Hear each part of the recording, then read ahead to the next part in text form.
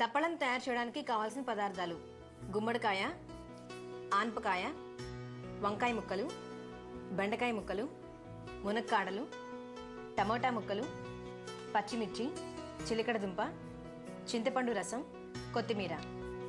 శనగపిండి, బెల్లం, ఉప్పు, పసుపు, నూనె, కారం, ఆవాలు, జీలకర్ర, ఎండుమిరపకాయలు, ఇంగువ. దప్పడం తయారు చేసే విధానం: ముందుగా బాండీలో నీళ్లు పోసుకొని ఆనపకాయ ముక్కలు, గుమ్మడికాయ ముక్కలు, ములక్కాడలు, టమోటా ముక్కలు, బెండకాయ ముక్కలు, కట్ చేసిన వంకాయలు, చిలకడ దుంప ముక్కలు, కొంచెం ఉప్పు, కొంచెం పసుపు వేసి ఉడికించాలి.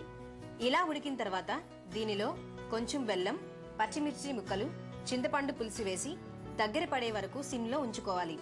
ఆ తర్వాత వేరే బాండీలో తాలింపు గింజలు, ఎండుమిర్చి, ఆవాలు, జీలకర్ర, ఇంగువ వేసి పోపు పెట్టుకోవాలి. ఇప్పుడు మరుగుతున్న దానిలో కొంచెం ఉప్పు, కారం, పోపు వేసి మూత పెట్టి 5 నిమిషాలు ఉడికించాలి.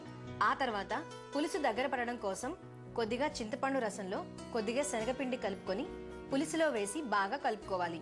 దించే ముందు కొత్తిమీర చల్లి ఒక బౌల్లోకి తీసుకోవాలి.